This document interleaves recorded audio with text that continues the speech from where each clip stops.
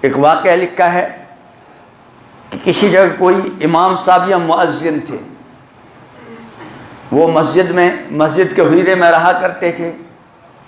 وہاں باہر کوئی فساد ہو گیا. اب رات کا وقت، ایک عورت مسجد میں آئی. مؤذن نے جب عورت کو دیکھا اس سے کہا یہ مسجد ہے، یہاں نہیں. تو اس عورت نے کہا آخر میں جاؤں گی کہاں؟ اس وقت باہر بہت بڑا فساد ہے دو جماعتوں کے اندر، میری تو جان کو خطرہ ہے اور گھر میں پہنچ نہیں سکتی. جب زیادہ اصرار کیا عورت نے تو اس بندے نے کہا کہ فلاں جگہ کونے میں رہو اور صبح ہوتے ہی یہاں سے چلی جانا، لوگ مجھ کو بدنام کریں گے.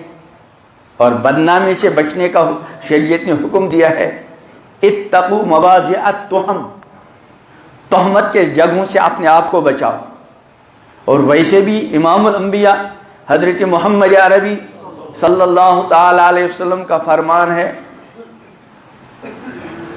کہ جس جگہ تنہائی میں ایک مرد اور ایک عورت جمع ہوں تو تیسرا یقیناً وہاں شیطان ہوتا ہے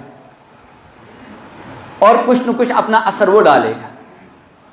کچھ نہیں تو اندر ہی اندر کچھ غلط قسم کے خیالات انسان کے اندر ابھرتے ہیں.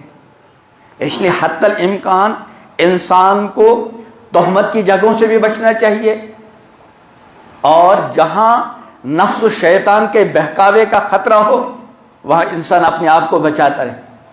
اس لیے رب العالمین نے اس سلسلے میں خود بھی اور امام الانبیاء حضرت محمد عربی صلی اللہ علیہ وسلم نے بھی پہلے سے احتیاط کا حکم دیا ہے. چنانچہ قرآن پاک میں جو حکم دیا گیا مردوں کو بھی عورتوں کو بھی اپنی نگاہ جھکائیں، تو ظاہر بات ہے یہ احتیاط ہی کی تعلیم. جہاں نظر اٹھی انسان کے لیے پھر خطرات ہی خطرات ہوتے ہیں. تو حتی الامکان انسان کو چاہیے تہمت کی جگہوں سے بچے اور اپنے نفس پر کبھی بھروسہ اور اعتماد نہ کرے. بہرحال اس بندے نے اس خاتون کو کہا، پہلے بہت سمجھایا لیکن نہیں مانی اور حالات بھی ایسے تھے، تو کہا فلاں جگہ کونے میں رہو. وہ بندہ رات بھر رہا اور وہ عورت اس کو دیکھتی رہی. اس زمانے میں چراغ ہوتے تھے. اس عورت نے دیکھا یہ امام صاحب تھے یا مؤذن تھے، یہ بار بار بیچ بیچ میں اپنی انگلی اس چراغ کے اوپر رکھتے تھے اور پھر ہٹاتے تھے.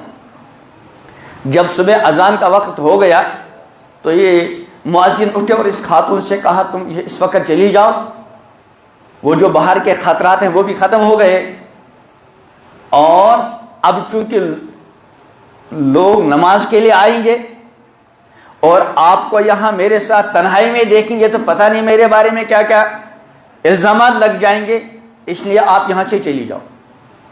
اس خاتون نے کہا میں نہیں جاؤں گی جب تک کہ آپ مجھے ایک بات کا جواب نہ دو.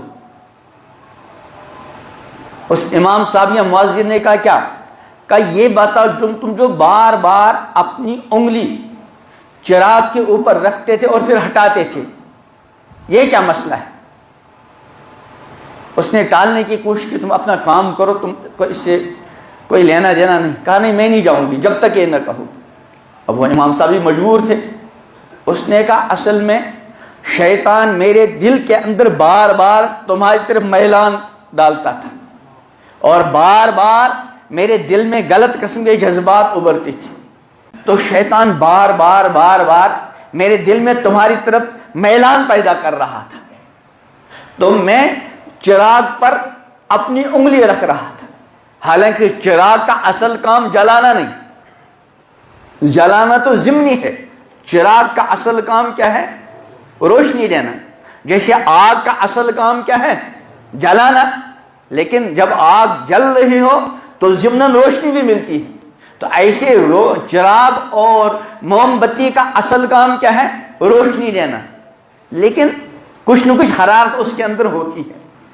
تو اس نے اس عورت کو کہا میں اپنی انگلی بار بار چراغ پر رکھ رہا تھا اور جب ذرا سی تپش ہوتی تو میں انگلی کو ہٹاتا اور اپنے نفس کو مخاطب کر کے کہہ رہا تھا، اے نفس، جب تم چراغ کی ذرا سی گرمی، جس کا کام اصل جلانا نہیں، جس کا اصل کام روشنی دینا ہے، اس کی ذرا سی گرمی کو تم برداشت نہیں کر رہے ایک لمحے کے لیے، تو جہنم کی آگ کو کیسے برداشت کرو؟